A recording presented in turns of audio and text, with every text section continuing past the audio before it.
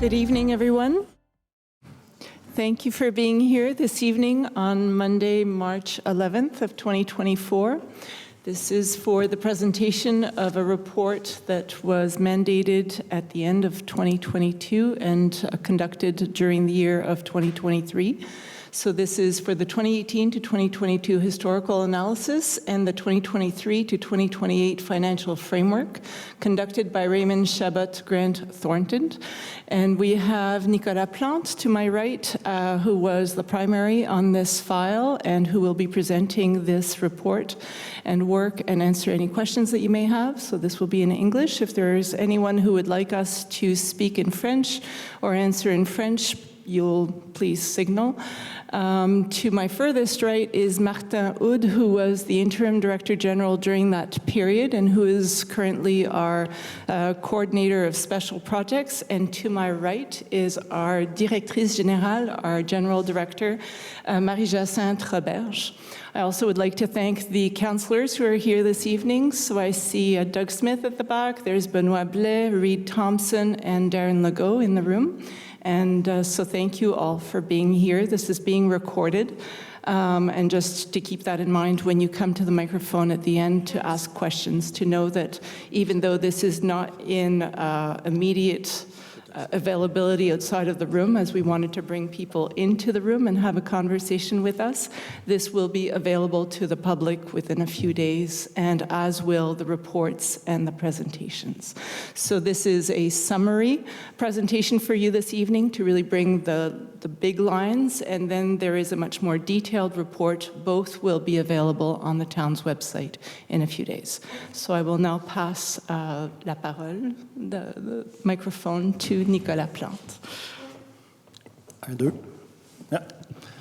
Good evening, everybody. Bonsoir. As it was presented, the presentation will be in English, but you have both screens, then in French and English. And if you have any question, feel free to stop me, and I will try to answer my best. We did this mandate with the town of Hudson, that is a long-term strategic financial planning to help the town, the administration, the elected official, to share the vision of what will be the finance of our town in the next few years.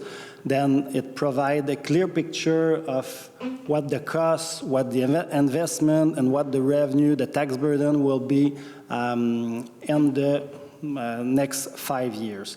The tool that we use to do all the analysis that we will see tonight have been transferred to the city to make sure that they are able to, I will say, do an update every year to make sure that they see what's going on for the next 5 years. Then every year you replan the next 5 years to make sure that it's kind of a roadmap for the administration to make sure that if everything doesn't go as they plan, then they are able to correct the roadmap to make sure that they will respect the target that they use to their financial framework. The presentation tonight is split in, I would say, 3 parts.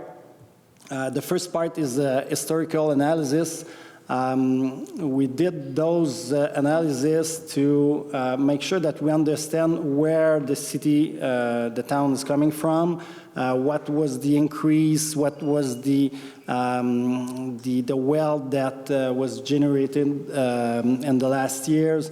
Then all the information that are presented in the historical analysis is not to pinpoint or redo what the auditor have done, but it's more to help understand the main assumption or the hypotheses that have been used in the financial framework to make sure that those hypotheses are pessimistic, optimistic, or realistic.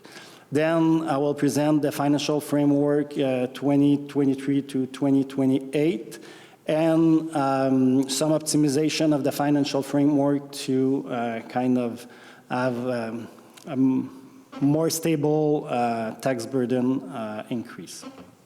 And we'll have the conclusion. On the historical analysis, then we look at the revenue from 2018 to 2022. The revenue have increased about 3% of the total revenue, and the tax revenue have increased at the same rate of 3%. The total revenue have been from 14 million to nearly 16 million in 2022. You see, I would say in 2020, 2021, there's kind of some decrease or increase. Those are explained mainly by some specific transfer related to COVID-19 that was given from the government for that period. On the expenditure, we see that the total increase is about 2.3% for the expenditure. The total is 2.3. When we look at only the expenditure without the debt services, it's about 3%, and the debt services in the period has been decreasing from 1.9 million to 1.7 million for a decrease of 1.9%. Then it's give a 2.3%. But if we look only at the expenditure, the increase is about 3%. One part of the expenditure, a big part of the expenditure, is the remuneration and the social benefit. Those have decreased on the period, going from 4.2 to 3.7. This decrease is explained by the temporary suspension of recreation and culture service during COVID-19 and the difficulty to recruit and retain the staff on many departments of the city. It doesn't mean directly that because there are a decrease in salary, that's a decrease in total expenditure, because to compensate the shortage of staff, they have to hire sometime external company to do the work. If we look at the investment on the 5-year period from 2018 to 2022, we see that the town have spent about $15.4 million in investment over the period. The main road repair on Main Carmel Bridge Path in Bellevue was the main investment was in the infrastructure for $2.2 million, and after that it was machinery, tool, and equipment for $1.3 million over the period. If we look at the breakdown of investment, mainly 80% of those investments were in infrastructure, 8% in machinery, 3% vehicle, 5% in building, for the $15.5 million. We look at the rate of completion of investment on a dollar basis, not really on the number of projects. Then you see for every year, the average completion rate is about 68% from the capital investment plan. then it's kind of a good number. Here it's in dollar, then even when you plan some project, you will have sometime you wait for transfer confirmation from some authorization from different ministry. Then the 68% is I would say the high average of all the mandate that we've done. It's usual to see municipality or town to have a 50, 55, 60% realization rate, completion rate. Then it's 68. It's not that bad. The real estate, it's mainly which it's the wealth of the town, how you tax your citizen. Then you see that the property wealth have grown from 7.4% over the last 5 years, and you see in 2022 there's an increase of 25% of the wealth. Then it's a good increase. But if we look the increase without the role assessment, then the market value, you see that it's 0.8, 0.9, 1%, 1.2%. Then it's an average about 1% of the growth. That is really a new net revenue for the municipality, because when it's only the market value of your property that is going up, then the tax rate is going down for the same amount of tax that have been paid. Then what we look, it's the natural growth that are coming from the renovation of your home or any property amelioration. The distribution of the real estate wealth, it's important to understand that 95% of the wealth are coming from the residential property. That means that for every dollar increase in expenditure, 95% of the tax that the town will need to pay those increase are coming from the residential property. Then that means that if we look at the other category of property, you see that 6 units or more that can find, it's about 10 million, vacant lot, it's 5.5 million, commercial, it's $53 million, and agricultural and forestry, it's about $6 million. Then if we compare to other cities that have developed their commercial street, or they have industrial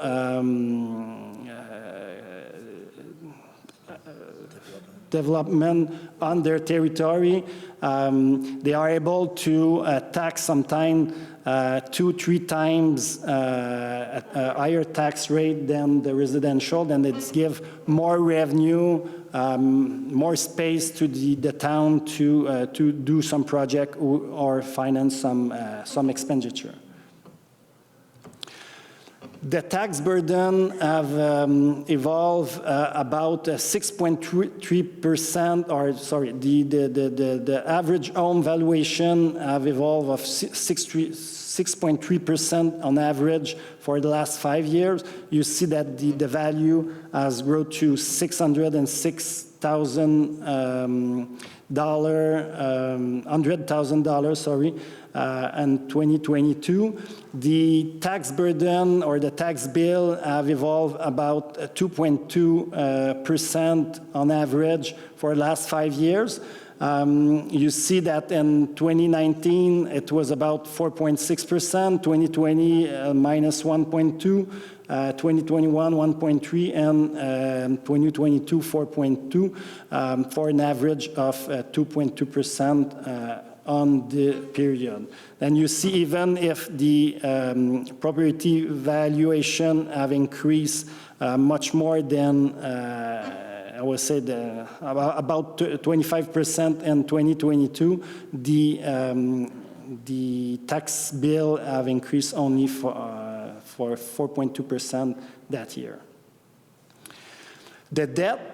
Then what is really important here, it's when you look at the long-term debt balance, it's the debt to the wall, because it's the debt that impact every citizen in the town. The debt to the wall have increased about 7.6% on average for the last 5 years. The debt by sector mainly stay at the same level, and the debt borne by the government have decreased about 23%.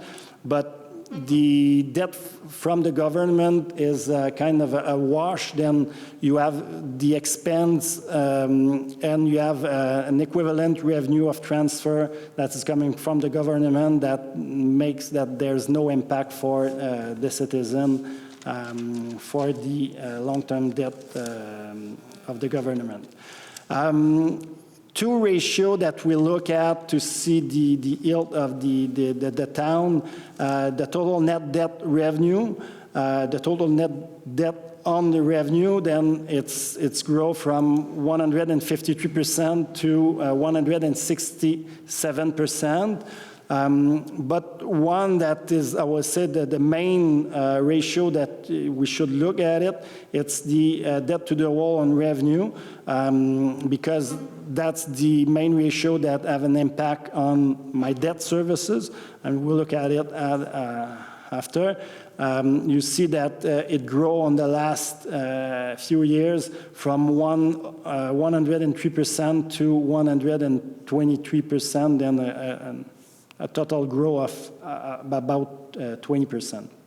The debt services, that the capital and interest, that repayment on the debt, you see that it was 1.9 million in 2018, and it's about 1.7 million in 2022.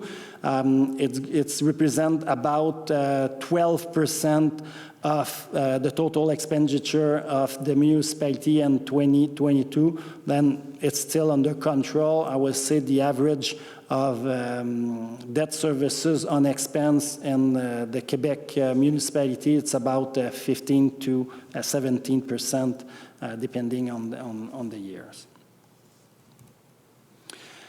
Here you have the same evolution, but more in graphic. Then you see that the ratio is going a little bit higher in 2022, and the total long-term net debt is going at $26.6 million in 2022. The evolution of surplus and financial reserve, as you can see, the unallocated operating surplus has been from 2.3 million to 8.4 million. Then it's an average growth of 37.8 million. And you see that in the COVID period, the municipality gained some surplus, mainly because of the subsidy of the government, some expense that didn't have been spent because of the COVID, as recreational staff that was laid off in the COVID-19. Then you see that there's a surplus that have been growing up in this period. The allocated surplus is mainly at the same level, and the financial reserve and the financial fund have increased to 29% and on the period. It's kind of a significant increase if we compare to the total revenue of the municipality. Another explanation about the surplus, then just after the COVID, the real estate market was booming, and there were a lot of, I would say, transfer tax revenue that was collected by the municipality, or the welcome tax, in this period, then it's why the municipality had those increase in the operating surplus. We compare both ratio, total net debt on revenue, and debt services on total expenditure, with municipality around the town of Hudson. As we see, the total net debt revenue, we're on the top tier ratio with 161.4%. And you see from Saint-Anne-de-Bellevue to Beaconsfield are under 100%. Only Vaudreuil-Dorion is way higher than the other one at 202%. On the net debt services on total expenditure, we're still in the tier 1, I would say, result with 12.4%, but it's still not so much higher ratio. Maybe there was a $3.9 million that have been repaid in 2023 on the total debt net.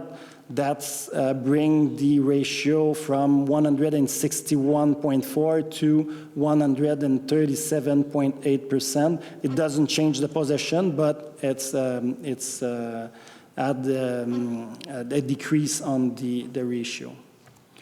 Then if we look at the historical analysis, what we have to retain, it's our revenue grow about 3% on average for the last 5 years.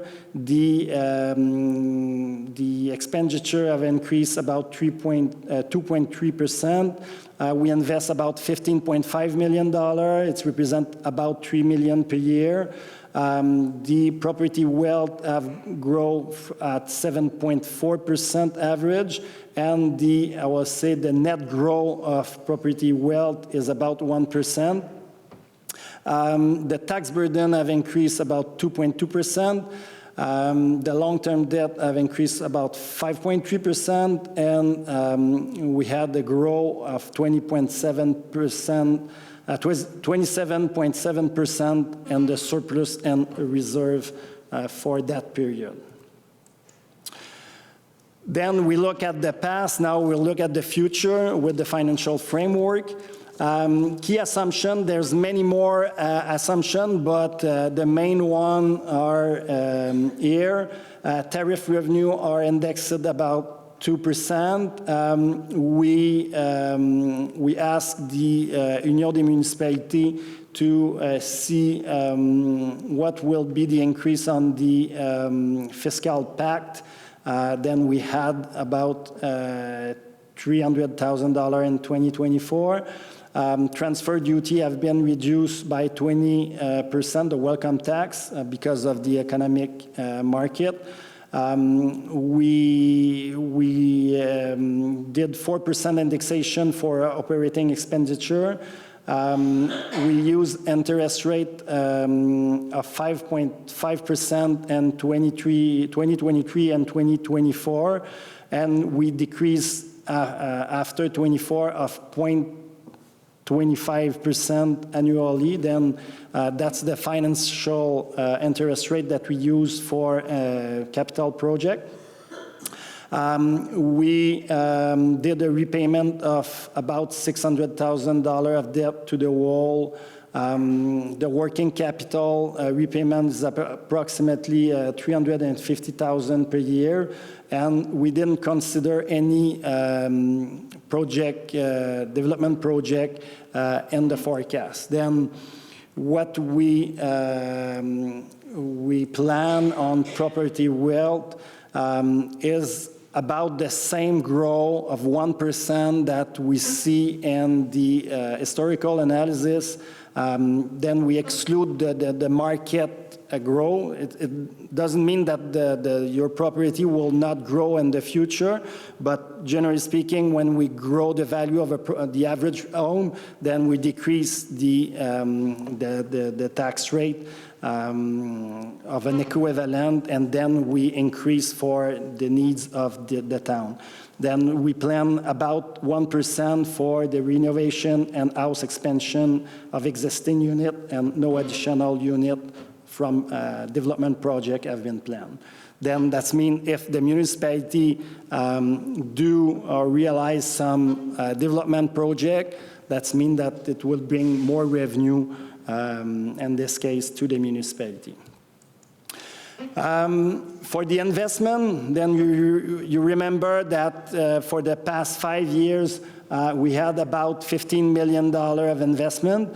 And the financial framework, because the city have much more need on investment for the next 5 years, then we plan about $35 million. Those are, the breakdown of the investment are 52% on road infrastructure. As you can see, there's reconstruction of Lakeview Road, Main Road, East End to and Beach at the Quarry Point. The other, I would say, most important part of the investment are water infrastructure, and after that, it's about other project equipment and $2.9 million or 8% in building. Then, on the result that we will present, we plan for $35 million of investment. How we will finance those investment projects? 61% of this $35 million will come from the debt to the wall. Then it will impact the tax burden of every citizen. We plan to receive $5.5 million in subsidy.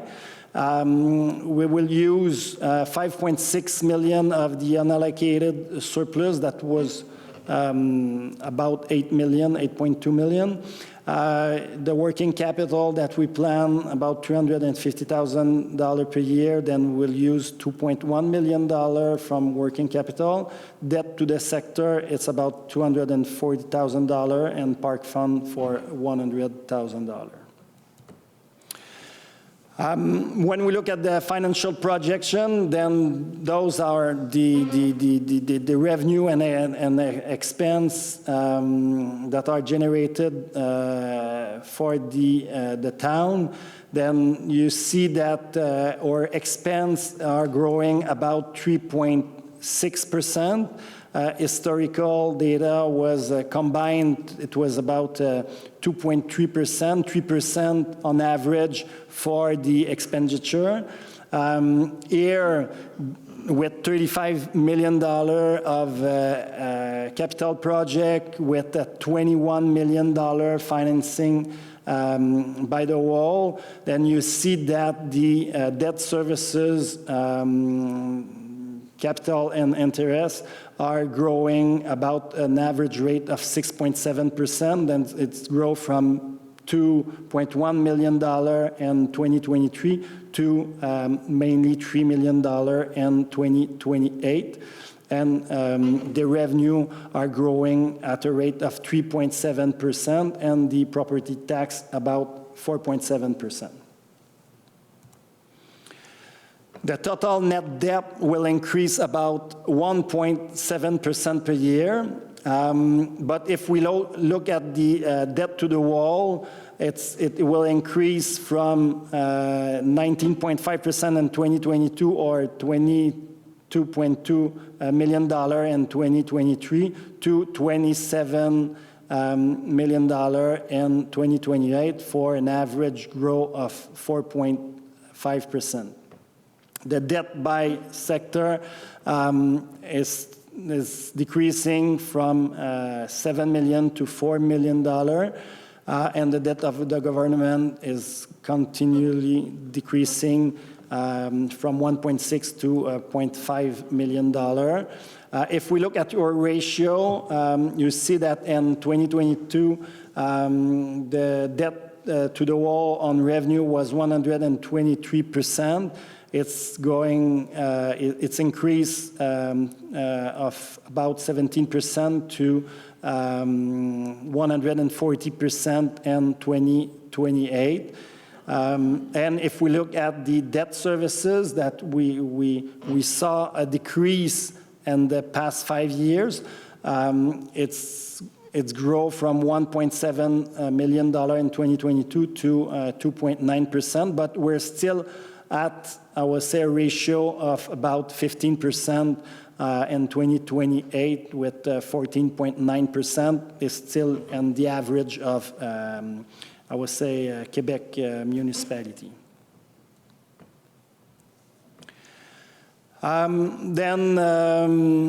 Just some recall about the debt borne by the town is increasing by 4.5%. Debt to revenue increase by 123% to 140%, and the net debt to expense ratio is going from 12.4 to 14.9% in 2028. What all those numbers looks to the tax burden. Then, if we look at the tax burden, you remember on the historical analysis, the average was 2.2%, and it was ranging from minus 1.2 to 4.6. Then on the forecast, we have an average of 3.8%.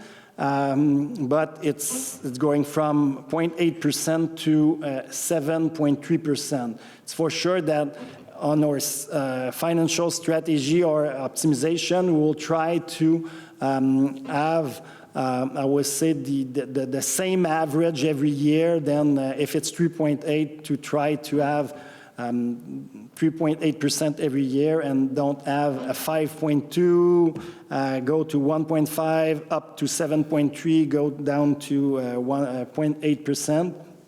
Then what we've done, we did some optimization of the financial framework. We use 5.5 million of unallocated surplus for the capital project. We use available balance on closed bylaw loan to pay down long-term debt. On a short and medium-term cash investment of available surplus to maximize interest revenue. Right now, the interests are kind of high. If you have available money, then we look at strategy to make sure that the town will have the best interest rate on their liquidity for the next 2-3 years, depending on the need that we will have to use those investments. And we create a reserve to smooth out the tax increase. Then, when we look at the result with the strategy, then you see that the dotted line, you see that we were able to smooth the tax burden increase from 5.2 to 3.8 to 3.7, 3.5, and 3.1% in 2028. Then all the main increase have been integrated and near the average for the tax burden for those years. In conclusion, the long-term term planning aims to provide a common vision for senior management and elected official. Then it's a tool. It's to give the roadmap for the next years to make sure that the decision that we take today, we see what will be the impact, and then we have the time to take the better decision on our expenditure or level of investment and or tax strategy to make sure that we try to smooth the best we can the tax burden. The financial framework have a total of investment of nearly $35 million over the period. That will increase the debt by an average of 4.5% per year, and the tax burden for this financial framework will increase about 3.8% over the next few years on average. Then, I don't know if everybody have questions. If there are any questions, I invite you to come to the microphone. Yes? So again, all of this information will be made available on the town's website within the next few days. There will be the recording. There will be these presentations in French and in English, which is a shorter version of the full report. The full report's about 44 pages or so. And all of it will be available. Okay, yeah, please go ahead. Just quick general observation. So we have our local taxes going up. We have our provincial taxes going to go up. We're going to have our federal taxes going up. And the inflation rate is going up. Whereas input of salaries, again, I know a lot of these people are rich, so they don't need the money. But, you know, my salary, if anything, will stay flat. Maybe we'll bring our group up 2%. So in effect, over the next 5 years, our amount of our spending money is going to go down. So our quality of life is going to go down. And if there's anything that can be done to improve that, I'd appreciate some thoughts in terms of recommendations. I noticed you made a comment about commercialization. I don't know if there's some ideas that the council can come up with that can increase our spending, not expending, I'm sorry, that's the last thing, increase our revenue income. So anyhow, thank you. That's. Thank you. Yeah, okay, just make sure. It's sure that your question is a good question. If you want, I would say, an increase less than 3.8% or to be near the forecasted inflation rate, that historically we were at 1.92%. I would say there's not much that the city can do. They have to choose on project, maybe do less project than have been planned, but I know for all the meeting that we had, the city have much more need than they had before. You can do some development project to create new wealth for the city that will maybe decrease the pressure on other citizens. But when you do that, you have to make sure that the project that you are planning will create some wealth that will benefit to everybody.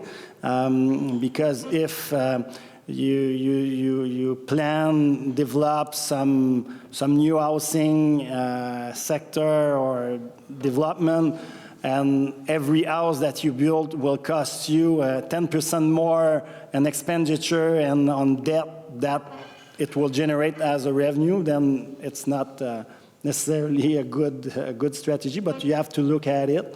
But I would say you have to do some choice on the expenditure, level of services, and on capital project if you want to reach, I would say, the 2% of inflation rate, if you don't do any development project.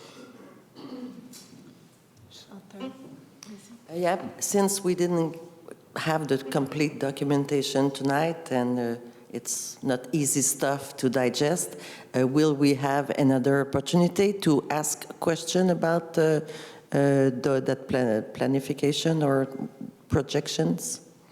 You can ask questions at any council meeting. It's easier if you send us the questions ahead so that if there's more technical knowledge, we can go and get it. But you can always ask questions. Okay. And in the mandate you got, did you look into what could it be improved in terms of budgeting for the town? We look, one part of the report was looking, is there a possibility of creating new revenue? Because municipality have been, have received new power from the government on taxation and many kind of, I would say, new revenue. We look at what was done in other municipality to see is there any possibility here? My concern is not about trying to squeeze more money out of us, but my question is more in terms of, in your mandate, did you analyze or provide some recommendation as to better budgeting? Because we've seen since even before COVID that we were having surplus or profit from the revenue and the expenses of the town. It's not small amounts, though. We term that we have accumulated unallocated surplus of more than 8 point something million. And so it seems to me that I have a difficulty to reconcile. There must be something in making the budget that is not right if year after year after year we keep having those surpluses. That means that we paid taxes more than we should have. And I agree with the gentleman that says before that, you know, I prefer having money in my pocket than standing there in some account of the town that they don't use or don't know how to use. And so I would be putting it at better use if I had it in my pocket. So my question is, have you looked into the way the budget or plan built? Is it a zero base? Do they really look into what they really need to give the numbers so we get a budget that will really reflect the reality of the basic services that we are getting, plus the special project that are the priority that the council gives to the management? So for me, and especially when we look at the 2022, that the project were completed at 47%, for me, something like, it seems to me that there's a lack of suivi, control et suivi, how to control and see what are we doing. Are we on target, not on target? Are we really having a budget that reflects the reality of what we need to do? For me, at this moment, I have, I'm a bit puzzled, and I don't understand if we have the proper measure in place to do the way it should be done, so we don't get taxed more than we should. Je vais me permettre de répondre parce que, dans le fond, lorsqu'on avait mandaté, effectivement, cette firme pour nous accompagner, non, il n'y avait pas, effectivement, ce mandat-là d'analyse des dépenses ou la qualité, on peut dire, des dépenses qu'on a à faire dans une année. Si je peux vous informer au niveau du surplus, c'est vrai que le surplus est de 8,2, mais si vous regardez dans les années antérieures, avant 2020, le surplus était tout à fait petit. Il y a eu beaucoup de sous qui ont été amassés pendant la COVID parce qu'il y a eu beaucoup d'opérations qui ne sont pas exécutées. Mais il y a eu autant de surplus. Bon, est-ce que vous me permettez juste de répondre, puis après ça, on échangera, je pense que c'est important. Puis, ce qu'on essaie de faire depuis l'année dernière, On a dit qu'il y avait deux volets qui avaient fait que le surplus avait augmenté rapidement. Il y avait premièrement, les opérations n'avaient pas été exécutées, les services n'ont pas été rendus. Ça, c'est le premier volet. Il restait jusqu'à 2 millions dans un exercice, un des exercices. Puis, ce qu'on s'est aperçu aussi, c'est qu'au niveau des mutations, on avait de revenus à peu près 1,2. Puis, en général, on a sorti jusqu'à 2 millions. Fait que ça fait 3 millions dans un exercice. Puis ça s'est produit 1 ou 2 années d'affilée, ce qui a fait qu'on s'est retrouvé à produire beaucoup de sous et ne pas donner nécessairement le service aussi aux citoyens, ce qui a fait que le surplus s'est accumulé très rapidement. L'année dernière, ce qu'on a fait pour l'exercice qui vient qui est en route, c'est que si on prend les droits de mutation, où on allait chercher presque 1 million de plus, bien, on a augmenté, dans le fond, nos revenus à 1,9 ou 1,8 million. Pour 2024? Pour 2024. 1,650. Non, pour 2023, c'est Pour comment on avait mis? 2023, c'était 1,9. 1,9. Fait qu'on a maximisé pour diminuer, dans le fond, les revenus qui auraient été mis en banque ou, comme vous le dites, là, qui ne sont pas dans vos poches, pour, dans le fond, diminuer l'impact sur... Puis l'année va se terminer près de 1 950 000. Fait on essaie, dans la mesure du possible, de toujours, au niveau des revenus, de toujours se rapprocher le plus proche de la réalité pour terminer l'année, comme vous l'avez dit, avec le moins de surplus possible pour que l'exercice budgétaire représente les dépenses, pour qu'on s'approche. Puis c'est ce qu'on fait de plus en plus. Puis comme on l'a dit l'année passée, même j'ai été un peu inquiet à un moment donné parce que j'avais mis 1,9 de revenus au niveau des mutations. Puis vous avez vu l'économie, comment ça a baissé. Puis la plupart des villes, d'ailleurs, n'ont pas fait le budget de mutation. Ici, pour plein de bonnes raisons, on le fait. Mais oui, vous avez raison. Je pense qu'il faut s'approcher le plus près possible des revenus réels pour que, dans le fond, on taxe le moins possible le citoyen. Puis c'est en cours d'exécution. On essaie de le faire, puis vous allez pouvoir le voir dans l'année, dans notre rapport financier qu'on va faire bientôt. Vous allez pouvoir voir ces chiffres-là, qu'effectivement, on s'est rapproché, puis que le surplus de 2023 n'est pas aussi grand que les années antérieures, compte tenu du rapport qu'on a fait entre les deux, de se rapprocher le plus proche possible du réel. Would you like me to repeat this in English? Ça serait gentil. Oui. So as Martin Houd was explaining, as he was the interim director general during that period, the question was, did RCGT have the mandate to review how the budget was built and how it was constructed or put together?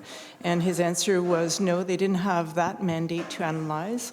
However, the surplus of 8.2 million that had been accumulated over the years before 2020, the surplus was much lower, it was around 2 million. It's really during the COVID years where services were not given and there was a shutdown on at least this department and loss of some staff that were hard to fill up. That is where during a couple of years there was an increase, a substantial increase in the surplus. One was in the services that were not provided but had been taxed for, so that was an increase of 2 million per year, and also in transfer taxes, where in the past the history was 1.2 million per year, and because of the increase of property values but also the increase of number of transfers, that went up to 2 million, which was something that we hadn't projected.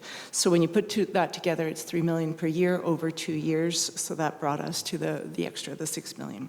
So last year, to answer Madame Perrault's question, what have we done differently in terms of our budgeting? So there was definitely a request from Council to come closer to the actual revenues and to lower our expectations. So we dropped it down to 1.9 million, but even as Martin was explaining, some municipalities also did the same thing, dropped their expectations on transfers. However, they did not make their budget because there has been a slowdown in the economy, there has been a slowdown in transfers. We will be very close. We have made it, but it's a lot closer than usual, so there will be a lesser surplus this year for certain. Et je pense avoir tout couvert. Oui, Yeah, ça va? Maybe I can add just a little clarification. Municipalities in Quebec are not allowed to plan a deficit or finish with a deficit.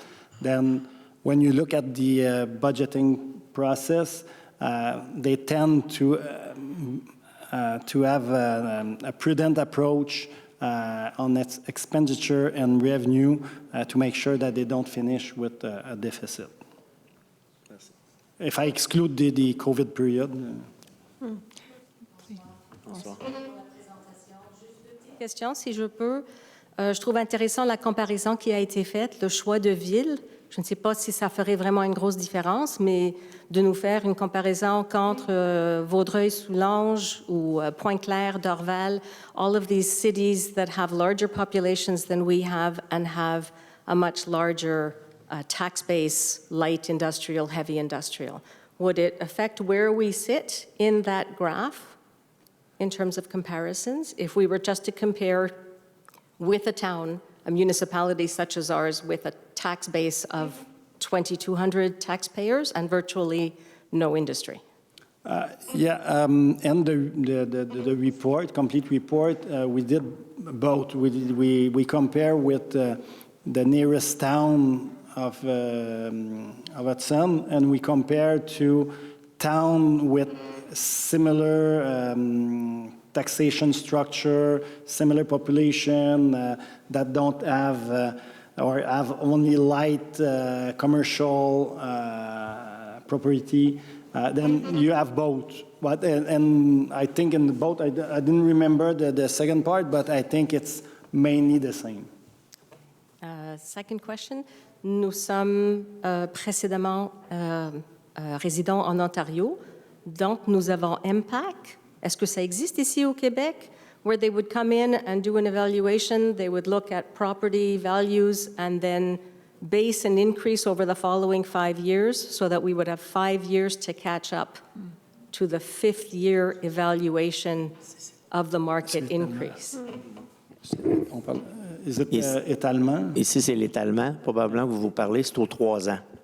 OK. Puis l'année se termine, là, je pense que c'est l'année prochaine, Madame la mairesse? But if I understand correctly, they have in place a mechanism that already does the reserve so that it is gradually done, whereas we would have to do it ourselves so that there isn't that swing that we see. So this is on the property evaluations, Correct. Yeah. right? So then you would determine if you, in fact, wanted to tax us based on the new evaluations or if you wanted to decrease. So when we came in tax base? 2021, there was that jump of 25%, and what we did, as Nicolas explained, is we tried to balance it down, so we lowered our mill rate in Right. order to come back to a more neutral increase. Thank you. You're welcome.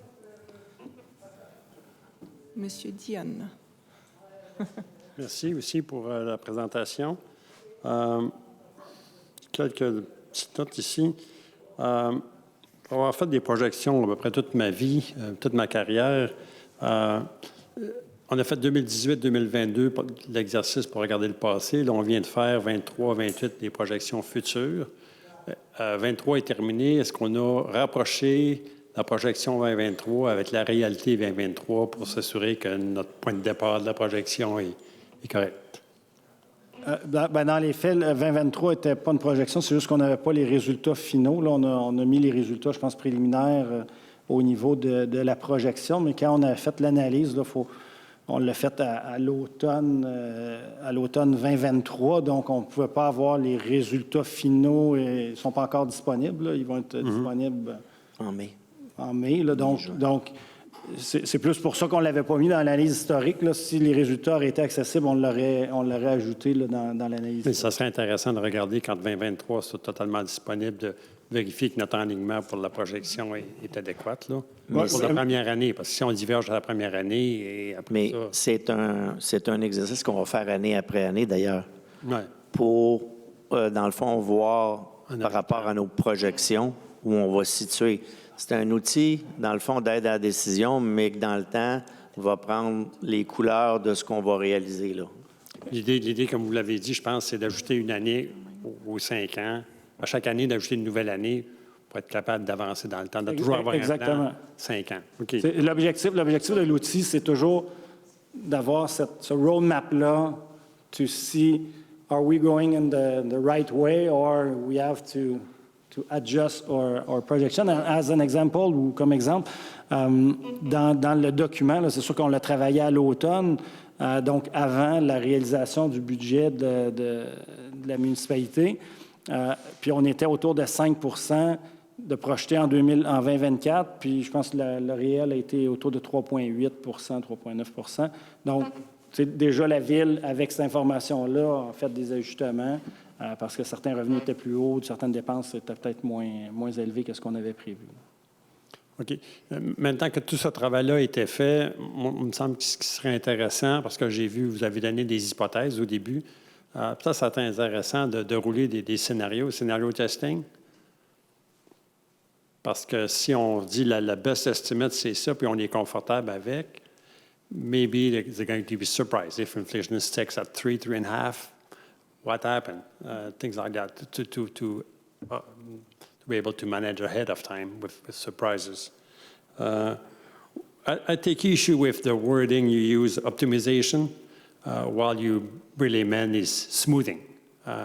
There's a big difference between the two. To optimization would be maybe what others have asked is what could be done to reduce the tax burden. So I think issue with that. And overall, if I retain or if I have read or understood what you presented correctly, I saw that in the last 5 years we've spent like $15 million on infrastructure project, and now we're looking for the next 5 years at 34 and a bit. Okay, so that's more than double. That seems a lot. And looking at the ratios, this is the main factor that's going to be important. And expenses, you can always try to correct if there's something. But if you get a debt because you've borrowed that money, well, then you're stuck. You cannot just send the street back to the contractor. You need to pay for it. So I would be, I mean, if I had to express my opinion, it would be that we should try to minimize debt. And I look at Beaconsfield at 26% ratio. That sounds a lot more stronger balance sheet to fight with surprises in the future. Thank you. Would you like me to translate the parts that were said in French? No? You're all right? Yes, please? Okay.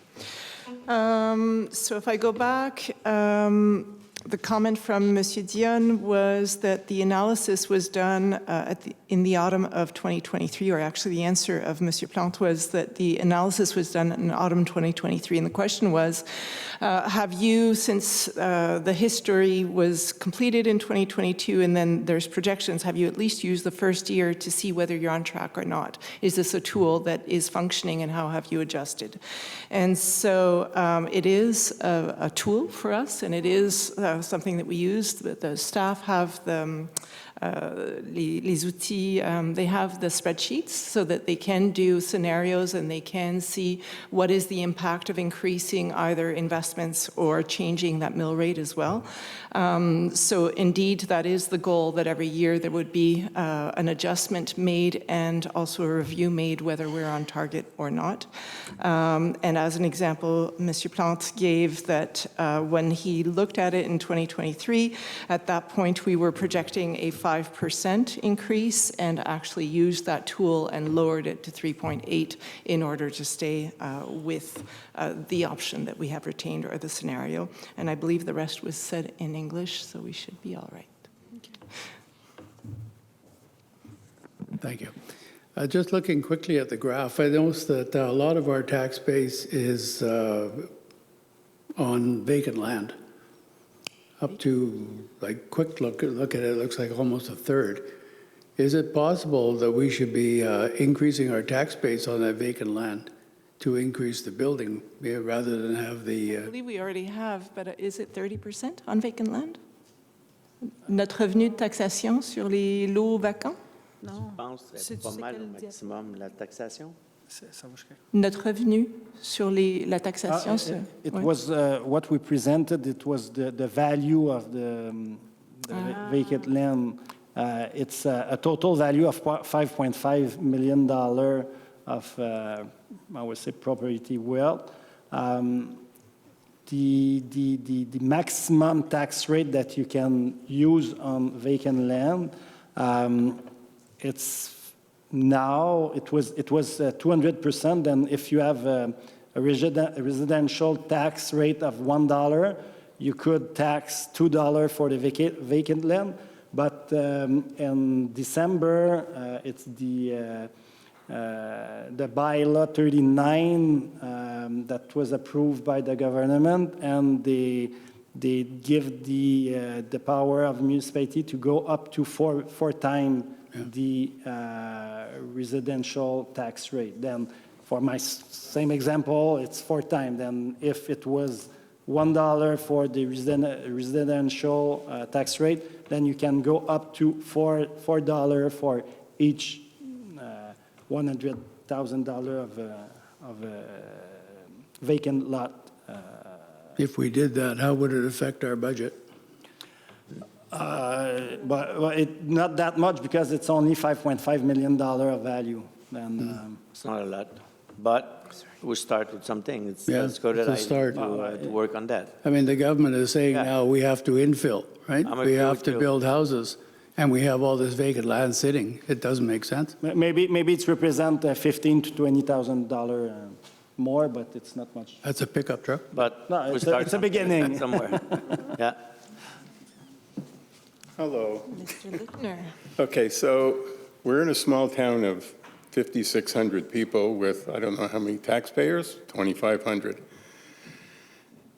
Prices have gone up for everything. Everything is more expensive everywhere. And it seems to me you can throw up numbers and you can accuse people of mismanagement and all that, but the bottom line is this town has to be run, and I'm going to grant the current council that they're doing a good job, but we're stuck between a rock and a hard place. The question is not how to lower taxes, I agree with you, David, but that's not going to happen because everything's more expensive. So how do we increase our revenue in a town with 5,600 residents with 90% of the income coming from residential people? Can't happen without increasing taxes. So how else does Hudson going to make money? I don't see any way, but that's my thing. Like, how do we get more money into this town, and you got 90% of the people as homeowners? There's nothing you can do. It is the ongoing challenge, and I think that having this study in hand, certainly these were conversations that Martin and I had when we first started working together, is can this town continue to survive on a zero increase of numbers of doors? Not without increasing And, taxes. or also doors, but also to keep that burden. I mean, there are people like me who wouldn't be able to take on that kind of increase at a regular rate. So I think this study was useful for Martin, certainly, et toi aussi. Non, Martin a joué. C'est que quand on parlait de villes généralement développées, là, souvent on va chercher jusqu'à 35-40 % de nos revenus en industriel et commercial, puis le reste vient du résidentiel, 30, 35, 40. Fait que c'est sûr que chez nous, comme je disais quand je suis arrivé, puis le défi, notre défi, c'est comment, en ayant 95-96 % de résidentiel, comment on peut maintenir le rythme en offrant des services à nos clients. C'est tout un défi, au même titre que l'exercice du budget aussi. Il faut le faire de façon très précise, par discipline, parce qu'il n'y a pas beaucoup de sous.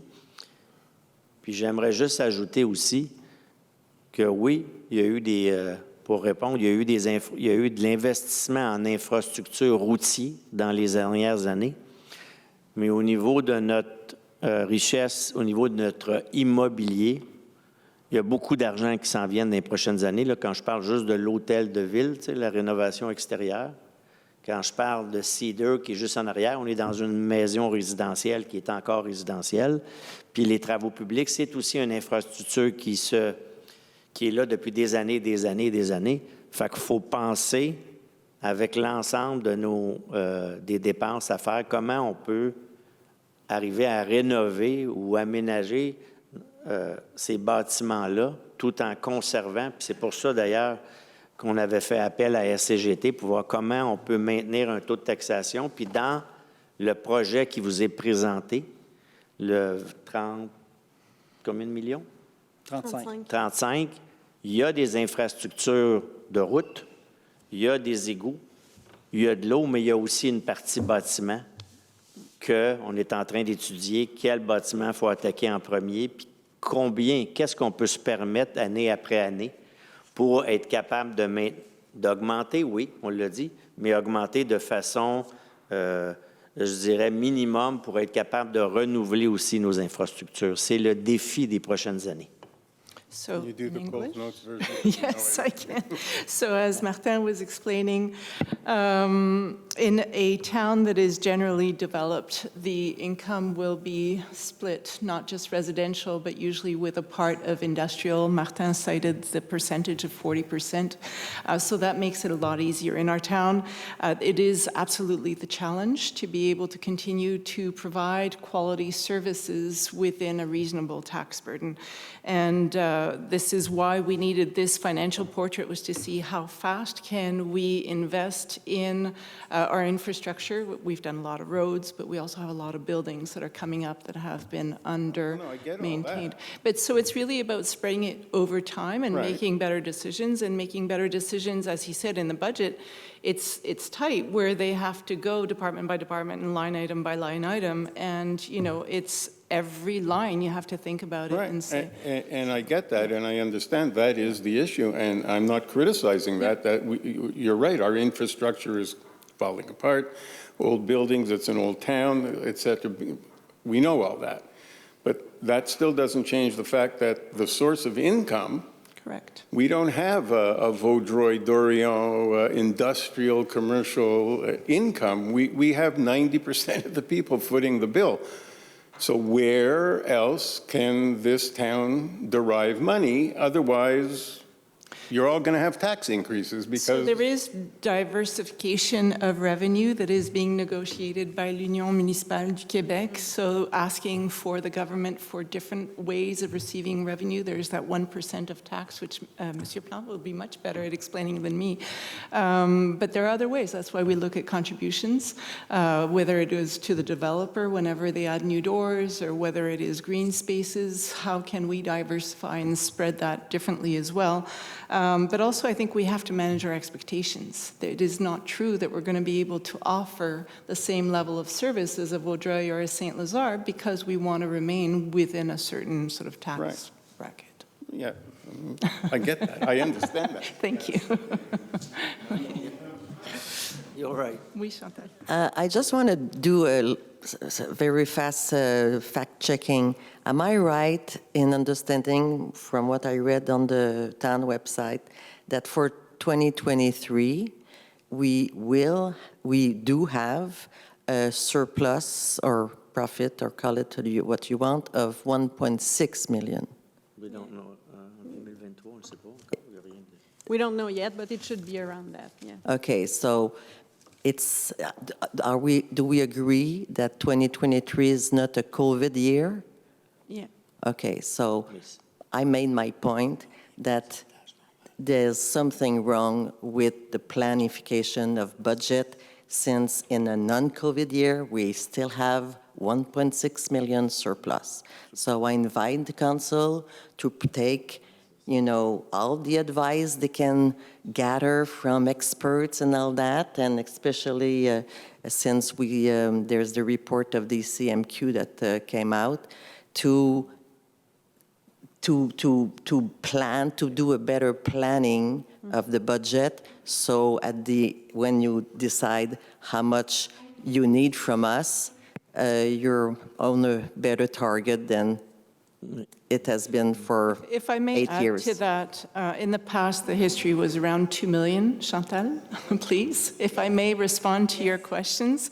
In the past, the surplus was higher than what was acquired last year, and what the CMQ does say is that surplus, as Maître Plante also said, we can't be planning for a negative, so there will be surplus, and those can be used as reserves in the same way that le lissage, that smoothing over years. So that is What- no, leverage I'm- that I mean, needs to be I'm done. sorry, and I'm plan- sorry. Excuse me, Yeah. let me finish.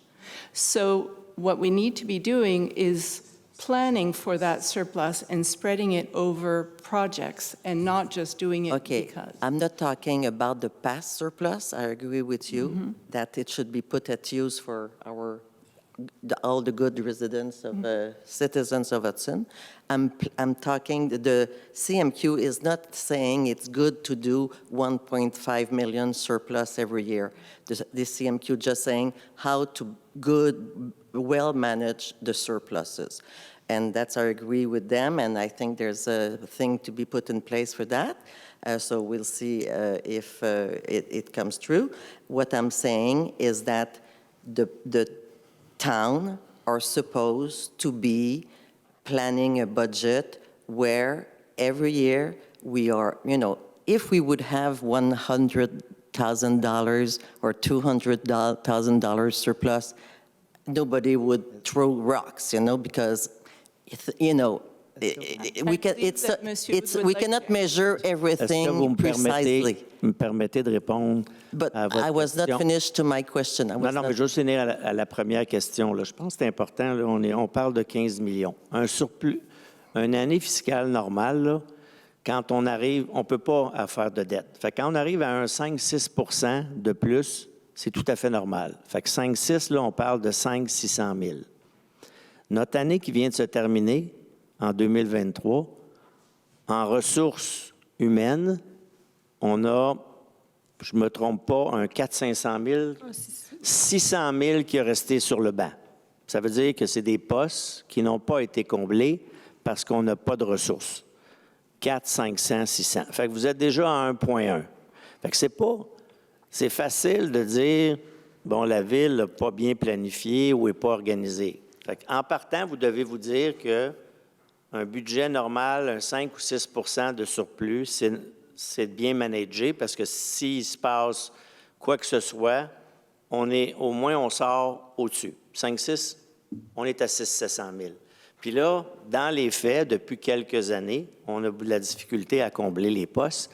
Puis en 2023, on a 6 à 700 000 de surplus qui vont être remis dans les poches du citoyen parce qu'on n'a pas été capable de combler certains postes de techniciens en urbanisme, inspecteurs en urbanisme, inspecteurs en environnement, aux incendies, notre préventionniste. Fait que là, on est déjà à 4 postes que je vous parle, plus toutes les autres. Fait que ce n'est pas de la mauvaise gestion, c'est que là, les postes, il y a souvent des réponses aux questions. Il faut juste prendre le temps de nous les poser. Mais je vous dirais que dans ce cas-là, à 1,3 million, on n'est pas... Bon, il reste quelques 100 000, vous avez raison, puis les états financiers vont nous le prouver, mais on n'est pas hors de la ligne, je pense. On est dedans. Mais en tout cas, moi, j'ai de la misère à m'expliquer qu'avec tous ces beaux surplus-là depuis 8 ans, qu'on nous justifie encore d'hausser nos taxes cette année. Il me semble qu'on aurait pu dire, on a de l'argent, on peut prendre justement des surplus accumulés, puis garder notre bassin de taxation. Une année, pas d'augmentation. Je pense que tous les résidents d'Hudson auraient au moins compris que c'est pas juste de nous prendre, mais c'est de nous redonner ou, en tout cas, de ne pas nous en prendre plus. Et là, moi, on se retrouve à être taxé encore pour 2024, encore pour plus. Et moi, de la façon que ça s'enligne, là, on va se retrouver avec un autre surplus d'1,5, d'1,6 million en 2024. Fait que, parce que j'ai plus confiance dans les budgets qui sont présentés. Personnellement, là, vous pouvez vous mettre la tête dans le sable et penser que vous faites tout correct, mais moi, je pense qu'il y a un exercice à faire pour que la planification budgétaire soit plus proche de les besoins réels que la ville a pour donner les services qu'elle nous donne avec les projets spéciaux. Moi, j'ai rien contre payer des taxes quand je sais qu'elles servent. Mais quand elles ne servent pas, là, j'ai plus un problème. Alors c'est juste ça que je voulais dire. Mais merci de votre présentation. Merci de vos explications. Je sais que vous avez tous de la bonne volonté, puis que vous essayez de tout le monde bien faire votre travail. C'est pas personnel ce que je dis. Tout ce que je dis, c'est que je pense qu'il y a un exercice de peut-être d'aller chercher des compétences ou de l'encadrement pour être sûr que ça ne se répète pas d'année en année et puis qu'il y a toujours place à l'amélioration. Hein? Ça, c'est ma philosophie. On peut toujours s'améliorer tant qu'on est réaliste. D'ailleurs, c'est pour ça que RCGT sont là, sont pour nous aider à nous améliorer puis nous faire un plan. Bien, c'est ça. C'est pour ça que je posais ma première question, à savoir si le mandat incluait le fait d'avoir des conseils pour la préparation budgétaire, et semble-t-il que non. Alors, c'est pour ça que c'était le but de ma question. Merci beaucoup. In English, so the question or the comments were around how is it that this year we, in 2023, had an estimated surplus, which will be confirmed during les états financiers, so the audited financial statements, that is estimated around 1.7 million. And as Martin brought up, in a regular town, it is normal to expect that there will be a 5 to 6% surplus that generates, since we can't be budgeting for a loss, but we have to be reaching or aiming for zero. Often through a variety of factors will generate that 5 to 6% that then is rolled back into either operations or investments. So in our case, 15 million, I just did the math quickly. So for a 5.5%, that would be around 825,000 surplus per year. And as Martin explained, in our case, we had 4 or 5 positions. It was actually more than that. It was 8 that were short last year. That meant that we had accumulated a lot of delays in permits, and there were a lot of services that we weren't able to give at the same level of expectations in the commercial sector and residential sector, and that just for that part was 600,000. So that brings us closer to why we had a surplus that was over 5 or 6%. Of course, there's always room for improvement, and this is exactly why we hired our CGT, was to have that roadmap. And the comment of Chantal was now the next step would be to get greater tools and framing around the budget preparation process. Obviously, we are all about continued improvements, which is exactly why I have these people by my side. Thank you. Okay. Observation. Don, you brought up the point about, the commercialization in other ways. And now this will be a radical thing I'm going to say here, but there is a possibility that Hudson amalgamates itself into Vaudreuil or into Rigaud or St. Lazare. I was thinking more, I hate to say this when I'm telling you this, Vaudreuil has commercialization that we'll never have. And we would offer to them a community that I think they would love to have. And I think in our negotiation with them, we could set up the specifications that they cannot change Hudson without our consent of something like that. And I know this is really radical, and this would be something that Chloe, you and the council would have to look into. But if taxes grow the way they are, and ours as Ps, for some of us is coming due, and they're taxed at the highest rates. Cost of living, and as I said, inflation. I mean, we don't have a Donald Trump here that we can sue. So unless, Don, we can sue you for $100 million. And, but anyhow, that's a thought. And we should at least explore it to see what would be the implication. In fact, you could do a financial analysis on that very quickly. If we were to be amalgamated into Vaudreuil-Dorion, how would that impact individual tax rates? Tax increases in Vaudreuil this year, I think we're around, 7 7%, 8%, and St. Lazare was around 5, 6. So we've done well this year. But we did how's have their certain- per capita or per resident tax This rate? is the average increase. So if you take that we were at 3.8 per on average, you could do the same thing, just say it was higher. But yes, they offer more services, right? They have more recreation, they have libraries, they have a whole, other slew. I don't know if we would get to that study during our term, but it is something, of course, that we hear about through more, I would say, the social network.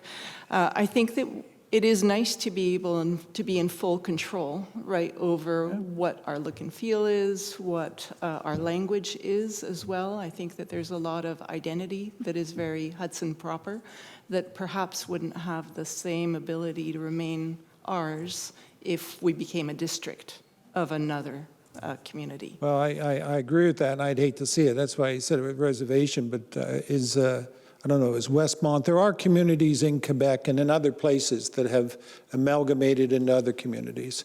And I think it's just normal that, the smaller guys can't keep up with the bigger guys. And to our credit, we've created an incredible little town.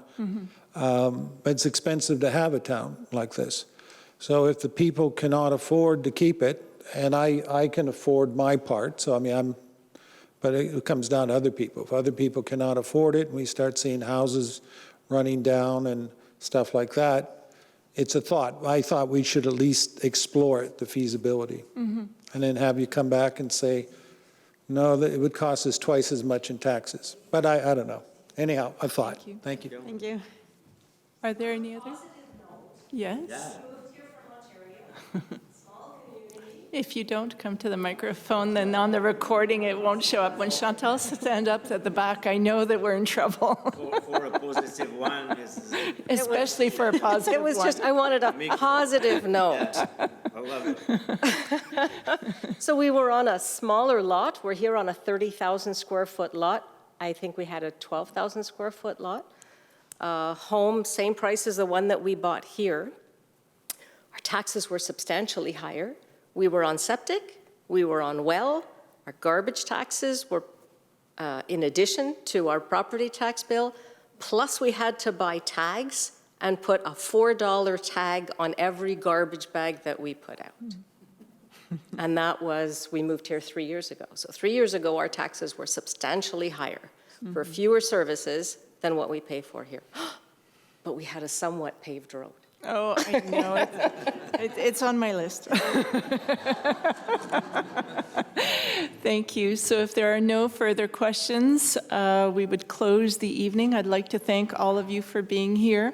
And do look up these documents. And if you have more technical questions, send them to us in writing so that we can prepare ahead of time, because there may be some things that we would want to share with Monsieur Plante. And I'd like to thank Martin Houd for having taken on this project with us. Merci, M. Plante. Oui, merci, Monsieur Plante. Tout un exercice d'aller chercher les 5 dernières années, parce que vous le savez qu'il y a eu certains changements depuis 5 ans. Fait que ça s'est fait quand même, là, il y a eu du travail qui s'est fait assez rapidement, puis je suis content de voir l'outil qu'on a développé, puis qu'on puisse le partager avec nos citoyens. Merci à tous. So Martin's thanking Monsieur Plante, because going and retrieving all of this material, considering the number of changes that we've had in the last few years, was quite the challenge and took a lot of patience, and he was able to do the work very rapidly. So thank you very much, Monsieur Plante, and I'm sure we will see you again soon for another tool, since you gave us lots of homework and recommendations to implement. So thank you, everyone. Thank you. Merci.